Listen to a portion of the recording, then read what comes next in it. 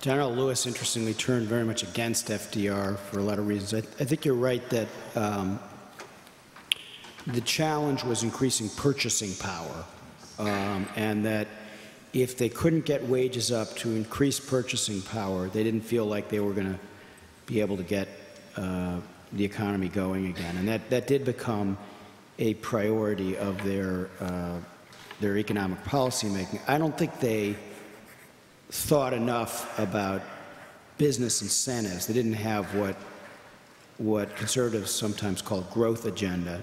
Liberals should call it a growth agenda too, because there are things that you can do. They're talking about this now. Both Democrats and Republicans in Washington, as we speak, are talking about a tax credit for business for hiring new employees. It might be an unworkable idea, but you have to think about it from both the perspective of small business and from the perspective of labor, and have a balanced approach that increases purchasing power, increases incentives for small business to hire new workers, and all in all keeps its eye on the interests of the middle class. And one of the things that I think has been really unfortunate about what's happened in the last several months is that because AIG and these mega banks kind of had strapped dynamite to their chests and said, you don't do what we want, we're going to blow us all to kingdom come.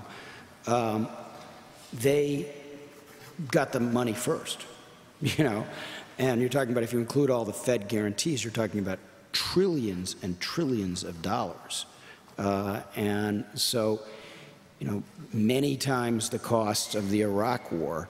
It used to be that in the 1960s, Ev Dirksen, who was the Senate minority leader, and he and Jerry Ford used to have something called the Ev and Jerry Show when Ford was the minority leader of the House, and they'd go on TV, Ev and Jerry, and they'd criticize Lyndon Johnson's program, and by the way, in a very collegial way, without the nastiness that you see nowadays on cable TV. And Dirksen famously said, "A billion here, a billion there, pretty soon you're talking about real money." And nowadays, it's a trillion here, a trillion there, pretty soon you're talking about real money. And that's going to be a problem because, as Amity says, that is a burden on our children and grandchildren. Yes, sir. Good evening. We've all benefited in our lifetimes from private industry miracles, to name just a couple. We have computers, medicines, energy production in regions that heretofore have been impossible. And all of these represent capital, scarce capital, expertly deployed. Mr. Alter, you mentioned in your part of the debate that in a downturn, it does not matter how the government spends its money, why, or our money, why we can pay one person to dig a hole and our neighbor to fill the hole in. Well, is it not possible that that theory, and indeed the entire much of the New Deal and its spending, despite its accomplishments, and much of today's stimulus, represents the taking, the sapping of scarce capital that can be used to generate miracles, products that enhance our lives, and yes, jobs and economic growth? Take that money, keep it from the experts who can deploy it. I leave that to both of you, Mr. Alter. First of all, I was speaking in broad economic terms.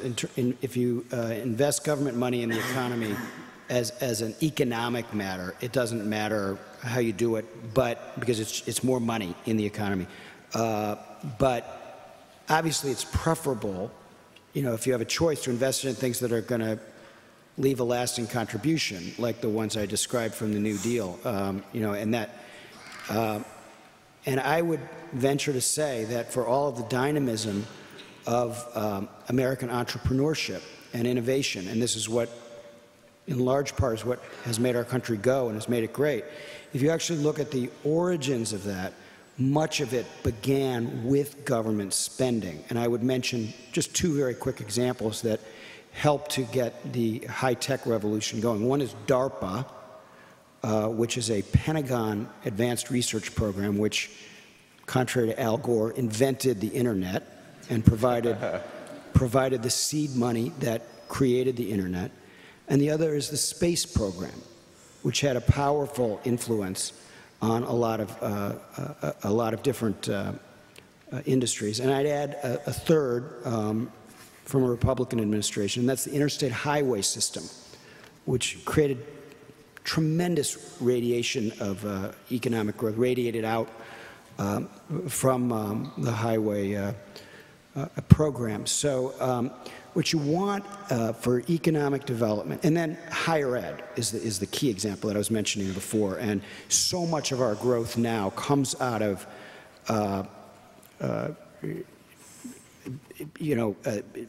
the power of our universities to create innovation. Where does the money for those universities come from? It doesn't fall from the sky. Huge amounts of it comes from Washington, okay, to power the growth of American higher education. So what you want is neither a big government solution nor a laissez-faire solution. You want a series of pragmatic public-private partnerships that are win-win, that are pragmatic and non-ideological, and that are focused on what works to create economic growth. And what happens is, just very, very briefly, like on labor, you know, when it was the 30s and you had Walter Reuther, then what they wanted was, you know, more purchasing power, higher wage, and it was pretty hard to argue with that. But when it got to the 60s and they had these labor contracts that built in these huge healthcare costs into every car, and that were providing benefits that were sort of unimaginable for anybody who wasn't fortunate enough to work for the auto industry, that's when it got out of hand. So it's like what the ancient Greeks said, everything in moderation, nothing in excess. And that's a good principle for my money to keep in mind.